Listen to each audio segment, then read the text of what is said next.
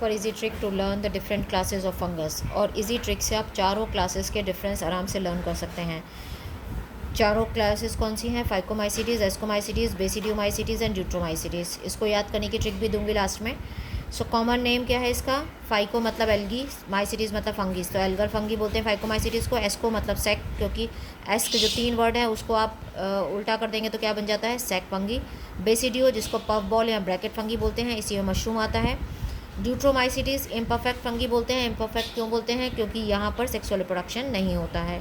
Mycelium जो है इसका, जो हाइफी का नेटवर्क है जिसको माइसीलियम बोलते हैं, वो कैसा होता है? एसेप्टेड एंड सिनोसिटिक, यानी ये मल्टी न्यूक्लिएट स्टेज होती है, बीच में ऐसे डिवीज़न नहीं होते। ये ब्रांच एंड सेप्टेट है, बाकी तीनों में ब्रांच एंड सेप्टेट है, तीनों में ब्रांच एंड सेप्टेट है।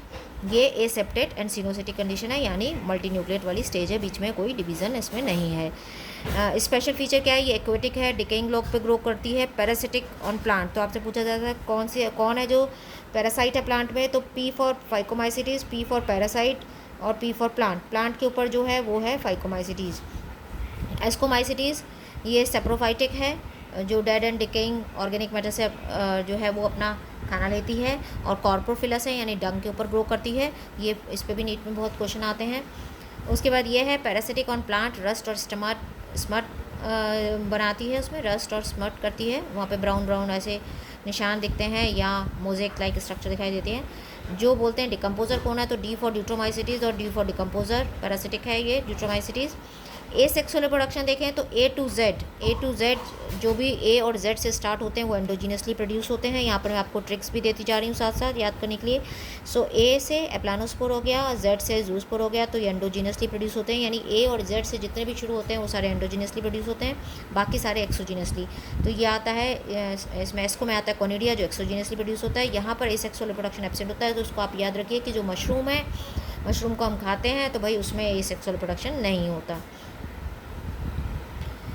कोनिडिया एक्सोजीनियसली प्रोड्यूस होता है, इसमें जो है ए सेक्सुअल रिप्रोडक्शन नहीं होता है। सेक्सुअल रिप्रोडक्शन में कौन से स्पोर्स होते हैं? जाइगोस्पोर्स होते हैं, जब 2 हाइवी पास आ जाते हैं और जिनमें फ्यूज़न होता है, और फ्यूज़न होने के बाद क्या बन जाता है? जाइगोस्पोर। इस तरह से 2 हाइवी पास आते हैं जिनमें मेटिंग होती है और जाइगोस्पोर बनता है।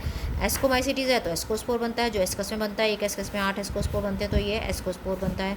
बेसिडियोमाइसीटीज़ है तो बेसिडियोस्पोर बनता है। यहाँ तो सेक्सुअल रिप्रोडक्शन होता नहीं है, तो इसलिए ये एब्सेंट है। फ्रूटिंग बॉडी क्या है? यहाँ पर फ्रूटिंग बॉडी एब्सेंट है। यहाँ पर एस्कोमाइसीटीज़ के फ्रूटिंग बॉडी का नाम है एस्कोकार्प, कार्प मतलब फ्रूटिंग बॉडी। तो यहाँ पर बेसिडियोमाइसीटीज़ में बेसिडियोकार्प, इसमें सेक्सुअल रिप्रोडक्शन है नहीं, तो ये एब्सेंट है। जो डाइकैरियोन स्टेज, डाइकैरियोन मतलब जहाँ पर 2 न्यूक्लियस एक साथ रहते हैं, तो यहाँ पर तो ये स्टेज एब्सेंट होती है, तुरंत फ्यूज़न हो जाता है। यहाँ पर बहुत टाइम तक एस्को में और बेसिडियो में डाइकैरियोन स्टेज रहती है, यहाँ पर ये एब्सेंट है। एग्जाम्पल के लिए भी ट्रिक है, आप कैसे उसके एग्जाम्पल याद कर सकते हैं? तो फाइकोमाइसीटीज़ को आप रैम्प से याद कर सकते हैं। आर फॉर राइजोपस जो ब्रेड मोल्ड है, A for Albugo, M for Mucor और पी फॉर फाइकोमाइसीटीज़। उसके बाद सैक फंगाई को याद करने के लिए can you go to PTM. So can you go to PTM से आपको उसके सारे एग्जाम्पल याद हो जाएंगे। C for Claviceps, A for Aspergillus, A for ascomycetes, N for Neurospora, जो कि इस पर भी क्वेश्चन आता है कि जो है ये न्यूरोस्पोरा जिस पे जेनेटिक एक्सपेरिमेंट होते हैं। वाई फॉर ईस्ट, तो यहाँ पर हमने दे दिया है ईस्ट के साथ you go to PTM. PTM में P for Penicillium, T for truffle, M for morel, तो ट्रफल और मॉरल्स को भी हम खाते हैं। फर्स्ट एंटीबायोटिक किससे निकलती है? पेंसिलियम से निकलती है, तो वो भी इसी में आता है। और यहीं पे और सैक वर्ड कहाँ से आ रहा है? सेक्रोमाइसीटीज़, तो ईस्ट जो आ गया, तो ईस्ट यहाँ पे आ गई, तो सेक्रोमाइसीटीज़ यानी ईस्ट यहाँ पर आ चुकी है। पेंसिलियम जिससे फर्स्ट एंटीबायोटिक निकलती है, और ट्रफल और मॉरल को हम खाते हैं।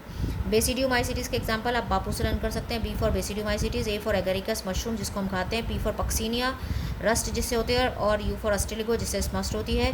और ड्यूट्रोमाइसीटी के एग्जांपल आप कैट से लर्न कर सकते हैं। Colletotrichum, A for Alternaria, T for टाइकोडर्मा।